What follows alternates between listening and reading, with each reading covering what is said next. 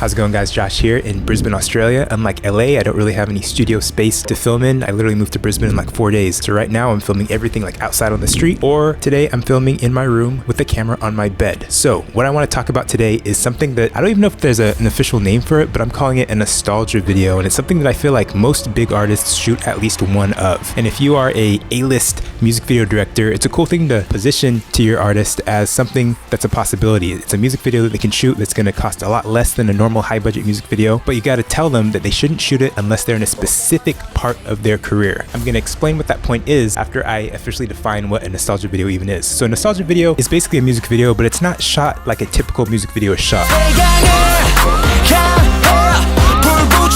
It's not going to be shot with like an official camera crew in multiple locations with beautiful set design and everything being staged and lit perfectly. Literally, a nostalgia video is going to be a music video that consists of maybe one performance shot that is shot professionally, but all the rest of the footage is going to be just B-roll footage of probably tour visuals or something that I like to call crew hangs, which is just basically when the artist is just chilling and hanging out with their friends at the studio or at the house. All very low production quality footage that could literally be shot by the artist himself or herself on their iPhone. I wanted to make this short video because I actually saw Clarence Peters recently shot a cool, what I call again a nostalgia vid with Burna Boy.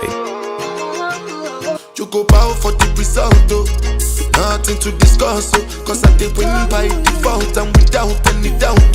I'm a me happy adult, I no go feed the girl, I no go feed the girl is out. I'm a mind that's you the talk, I put my life into my job and I know I'm in trouble. She manipulate my love, I know holy and I know that get both like the Baba Frayo. So when is it okay for an artist to shoot a nostalgia vid? In my opinion, I think it's after a long career of shooting high budget, beautiful looking, professional music videos that look amazing, that actually cement the brand as a professional, legit brand. After that, let's say maybe the person goes on their first tour,